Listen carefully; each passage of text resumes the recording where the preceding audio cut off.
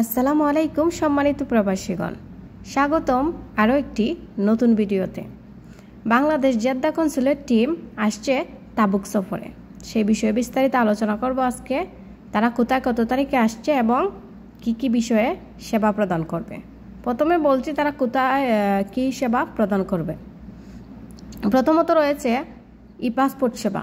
ই passport সেবার ক্ষেত্রে অবশ্যই অনলাইনে ই পাসপোর্টের জন্য আবেদন করে আবেদন প্রিন্ট কপি সঙ্গে নিয়ে আসতে হবে।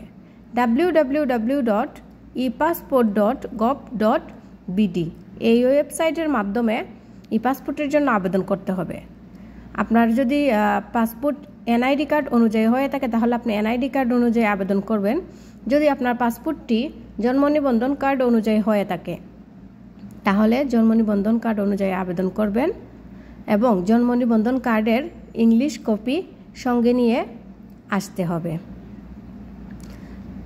আপনাদের যিনি ই পাসপোর্টের আবেদন করবেন অবশ্যই তার এক কপি ছবি সঙ্গে নিয়ে আসবেন। অনলাইন জন্ম নিবন্ধনের প্রিন্ট কপি অথবা জাতীয় পরিচয়পত্রের কপি অবশ্যই নিয়ে আসতে হবে।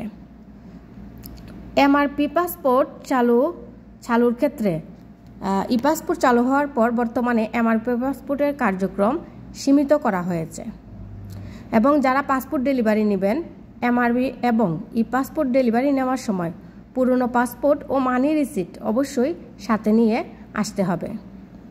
যারা জরুরি ইকামা নবায়নের জন্য 1 অথবা 2 বছরের পাসপোর্ট নবায়ন করতে পারবেন, তবে এরূপ নবায়ন করে বাংলাদেশে আন্তর্জাতিক ভ্রমণ করা যাবে না।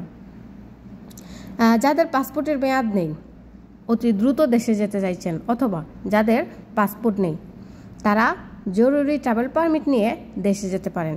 এক্ষেত্রে জরুরি ট্রাভেল পারমিট নিতে হলে পাসপোর্ট 105 রিয়াল ফি লাগবে এবং যারা অপেক্ষা করছেন বিভিন্ন ধরনের ডকুমেন্ট সত্যায়নের জন্য তারা কনসুলেট লোকের মাধ্যমে যে কোনো ধরনের ডকুমেন্ট সত্যায়ন ও প্রত্যয়ন করতে পারবেন। এবার বলছি তারা কোথায় কত তারিখে আসছে।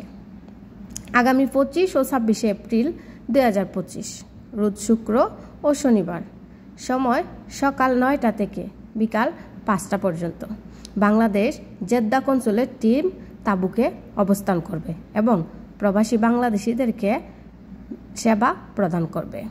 স্থান বাংলাদেশ ইন্টারন্যাশনাল স্কুল, তাবুক, ফয়সলিয়া, টয়োটো কোম্পানির সন্নিকটে।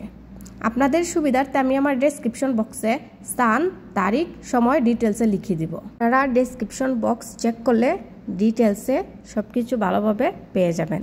তাছাড়াও যদি আপনাদের যে কোনো ধরনের প্রশ্ন অথবা যোগাযোগ করতে চান, ডেসক্রিপশন বক্সে আমার ফেসবুক পেজের লিঙ্ক দেওয়া থাকবে। আপনারা মেসেঞ্জারের মাধ্যমে আমার সাথে যোগাযোগ করতে পারবেন। ধন্যবাদ।